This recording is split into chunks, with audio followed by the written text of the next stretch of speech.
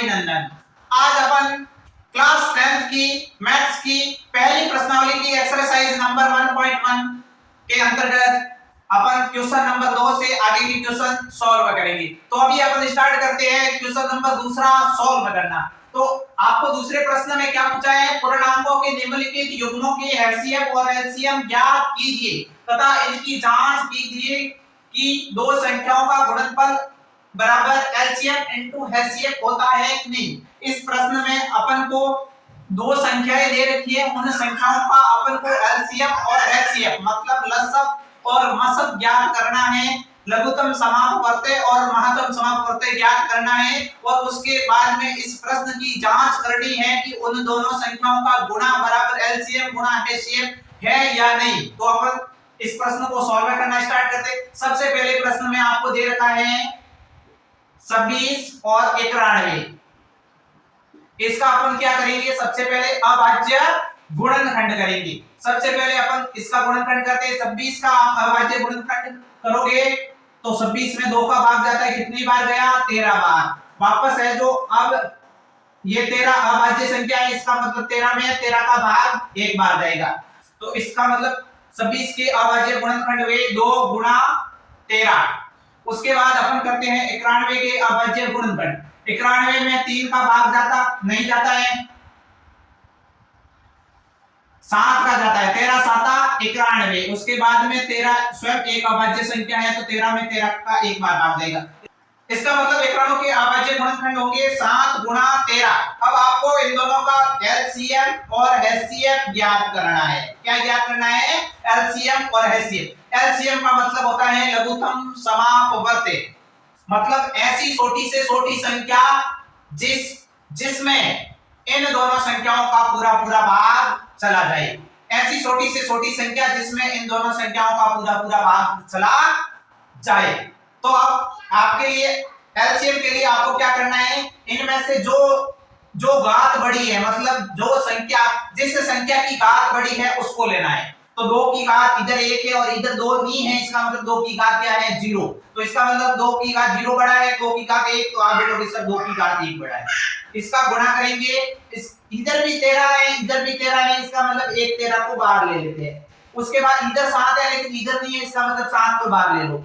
तो अपने पास क्या आया, 2 गुणा 13 गुणा 7 मतलब 7 दूनी 17, 17 गुणा 13 182। इसका मतलब 26 और 91 की एलसीएम कितने आए, 182 एलसीएम आई। और एचसीएफ का मतलब होता है हाईएस्ट कॉमन फैक्टर, ऐसी सबसे बड़ी से बड़ी संख्या, ऐसी सबसे बड़ी से बड़ी संख्या जिसका इन दोनों संख्या में पूरा पूरा भाग चला जाए। इसका मतलब इन दोनों में से जो संख्या इन दोनों में है उसको बाहर लेना है। जो संख्या इन दोनों में क्या है, उभयनिष्ठ हो, इन दोनों में कॉमन हो, उसको बाहर लेना है। तो इन दोनों में इधर भी 13 है, इधर भी 13 है, 13 को बाहर ले लेते। 2 इधर है लेकिन इधर नहीं है, 7 इधर है लेकिन इधर नहीं है, इसका मतलब एचसीएफ क्या होगा, 13 होगा। एचसीएफ क्या होगा, 13 होगा। अब अपन को क्या करना है, इस प्रश्न की जांच करनी है कि इन दोनों संख्याओं का गुणा बराबर एलसीएम गुणा एचसीएफ है या नहीं है। तो अपन जांच के लिए क्या लिखना है आपको, जांच बराबर एलसीएम गुणा एचसीएफ बराबर ए गुणा बी। ए और बी क्या है, ये दोनों संख्याएं ए और बी हैं। इसका मतलब एलसीएम कितना आया, 182। आप बोलोगे 182 आया एलसीएम।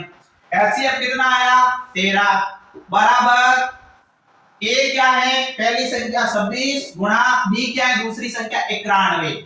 अब इन दोनों का गुणा करो। जैसे ही आप गुणा करोगे 13 2 26, 13 8 104 और 2 106, 10 आ 13 1 13 और 10 23। इसका मतलब क्या आया, 2367।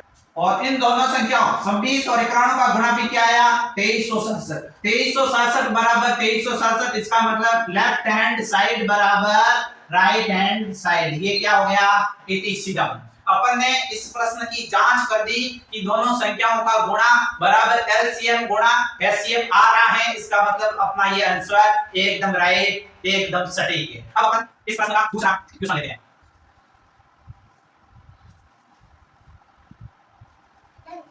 अब अपन दूसरा प्रश्न करते हैं 510 और 92 के एलसीएम इनटू एलसीएम और एचसीएफ ज्ञात करनी। सबसे पहले अपन 510 के अभाज्य गुणनखंड करेंगे, फिर अपन 92 के अभाज्य गुणनखंड करेंगे। सबसे पहले अपन 510 के जैसे ही अभाज्य गुणनखंड करेंगे तो इसमें 2 का भाग जाएगा 255 बार, फिर इसमें 3 का भाग जाएगा 85 बार, फिर इसमें 5 का भाग जाएगा और 17 का 1 बार। इसका मतलब 510 के अभाज्य गुणनखंड क्या हुए 2 गुणा 3 गुणा 5 गुणा 17, मतलब 510 के अभाज्य गुणनखंड है 2 गुणा 3 गुणा 5 गुणा 17। अब अपन 12 के अभाज्य गुणनखंड करेंगे तो 12 के अभाज्य गुणनखंड आएंगे 12 2 का भाग दिया 47 बार, फिर 2 का भाग 23 बार, फिर 23 में 100 अभाज्य संख्या, इसका मतलब 23 में 23 का भाग ही जाएगा, इसका मतलब 2 का गुणा 2 से किया 2 की घात 2, या फिर आप 2 × 2 भी लिख सकते हो, 2 × 2 × 23 इसके आए अभाज्य गुणनखंड। अब अपन को इनके एलसीएम और एचसीएफ ज्ञात करने। एलसीएम का मतलब होता है लीस्ट कॉमन फैक्टर और एचसीएफ का मतलब होता है हाईएस्ट कॉमन फैक्टर। एलसीएम मतलब लघुत्तम समापवर्त्य, एचसीएफ मतलब महत्तम समापवर्त्य। एलसीएम के अंतर्गत ऐसी छोटी से छोटी संख्या जिसमें दोनों संख्याओं का पूरा भाग चला जाए, और एचसीएफ का मतलब ऐसी बड़ी से बड़ी संख्या जिसका उन दोनों संख्याओं में भाग चला जाए। तो अब एलसीएम के लिए अपन क्या लेंगे, इनमें से जो संख्या जिस संख्या की घात बड़ी है उसको लेना है। 2 इधर है इधर भी है तो 1 2 को बाहर ले लो, ठीक है। 2 इधर है लेकिन इधर नहीं है, इसका मतलब 1 2 को और बाहर ले लो। 3 इधर है इधर नहीं है, इसका मतलब 3 को भी बाहर ले लो। 5 इधर है इधर नहीं है, 5 को भी बाहर ले लो। और इधर 17 है इधर नहीं है, 17 को भी बाहर ले लो। और इधर 23 है 23 को भी बाहर ले लो। अब अपन एचसीएफ क्या करेंगे, एचसीएफ के लिए एचसीएफ का मतलब इन दोनों में से जो संख्या उभयनिष्ठ है, जो संख्या कॉमन है उसको बाहर लेना है। 2 इधर भी है 2 इधर भी है, इसका मतलब 2 बाहर है। 3 इधर है लेकिन इधर नहीं है, 5 इधर है लेकिन इधर नहीं है, 17 इधर है लेकिन इधर नहीं है, वापस 2 इधर है लेकिन इधर नहीं है, इधर 23 है लेकिन इधर नहीं है, इसका मतलब इसका एचसीएफ क्या होगा 2 होगा। अब एचसीएफ के लिए 2 का गुणा 2 से 4 4 3 12 12 पौने 8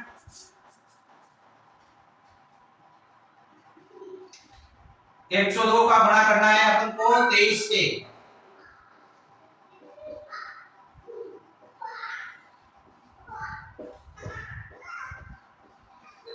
23,460, इसका मतलब 510 और 12 का एलसीएम कितना आएगा, तो आप बोलोगे सर 23,460 और एचसीएफ आएगा 2। अब अपन को इस प्रश्न की क्या करनी है, जांच करनी है। जांच के लिए पहली संख्या गुणा दूसरी संख्या बराबर एलसीएम गुणा एचसीएफ। आपको पहली संख्या दे रखी है 510 गुणा 92 बराबर 23,460 गुणा 2। अपन ने जैसे ही 23,460 का गुणा किया 2 से तो 0 6 2 12 4 2 8 1 9 3 2 6, इसका मतलब 46,920। अब अपन 510 का गुणा 92 से करेंगे तो इसका मान भी 46,220 आ रहा है। इसका मतलब लेफ्ट हैंड साइड बराबर राइट हैंड साइड इतिसिदम। इस प्रकार के प्रश्न को बड़ी आसानी से सरलता पूर्वक सॉल्व कर सकते हैं। अब अपन लेते हैं तीसरा प्रश्न।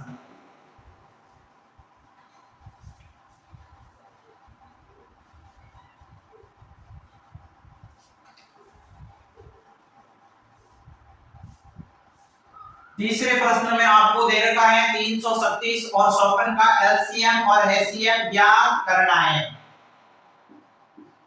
337 और 54, सबसे पहले अपन क्या करेंगे 336 के अभाज्य गुणनखंड करेंगे, फिर अपन 54 के अभाज्य गुणनखंड करेंगे। सबसे पहले अपन करते हैं 337 के।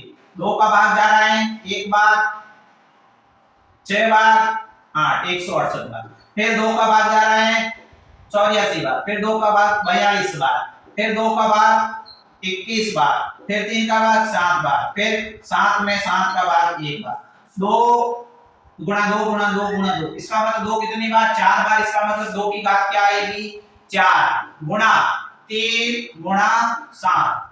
और 54 के अभाज्य गुणनखंड क्या आएंगे, 54 में 2 का भाग दिया 27 बार, 27 में 3 का भाग 9 बार, 9 में 3 का भाग 3 बार, 3 में 3 का भाग 1 बार। इसका मतलब क्या आएगा 2 गुणा 3 गुणा 3 गुणा 3, 3 कितनी बार 3 बार, इसका मतलब 3 की घात 3। अब अपन को क्या करना है, अभाज्य गुणनखंड के द्वारा एलसीएम और एचसीएफ ज्ञात करना है।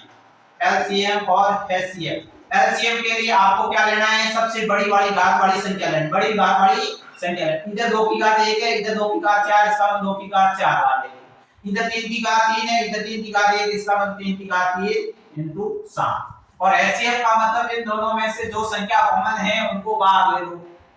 एचसीएफ मतलब के लिए इन दोनों में से जो संख्या कॉमन है उभयनिष्ठ है उनको भाग ले लो। 2 इधर भी है, 2 इधर भी है, इसका मतलब 2 गुणा 3 इधर भी है, 3 इधर भी है, इसका मतलब 3।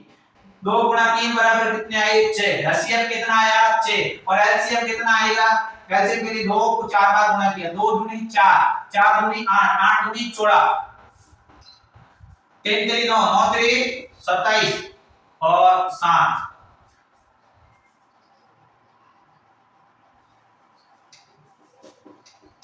112 का गुणा 27 से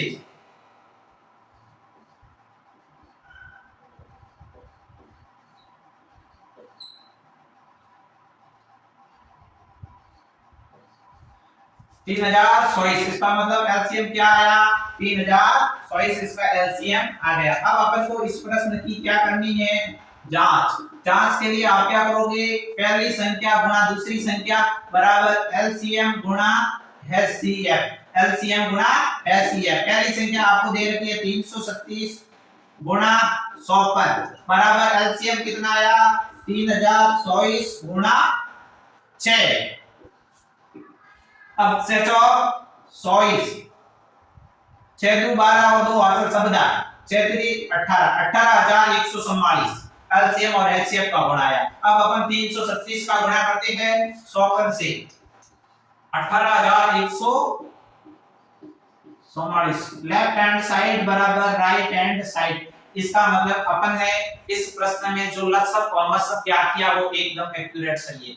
आपको इस प्रश्न के माध्यम से एक ट्रिक प्रतिपादित होती है कि दोनों संख्या अपन को एलसीएम गुणा एचसीएफ बराबर, अपन ने जितनी संख्याओं का एलसीएम और एचसीएफ निकाला उन सभी संख्याओं का गुणा बराबर एलसीएम गुणा एचसीएफ होगा। अगर आपको मेरा ये वीडियो अच्छा लगा है, आपको पसंद आया है और मेरे द्वारा पढ़ाने की ये शैली आपको पसंद आई है और आपने अभी तक मेरे इस YouTube चैनल को सब्सक्राइब नहीं किया है तो मेरे इस YouTube चैनल को सब्सक्राइब जरूर करें और बेल आइकन दबाना ना भूलें और अपने साथियों को जरूर सूचित करें, अपने साथियों को जरूर बताएं कि इस YouTube चैनल पर क्लास 6th से लेकर के क्लास 10th तक की मैथ्स की क्लासेस आएगी।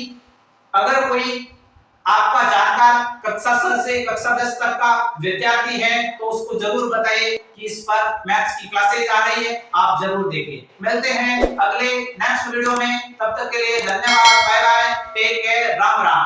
स्वस्थ रहे, मस्त रहे एंड अपने काम में व्यस्त रहे।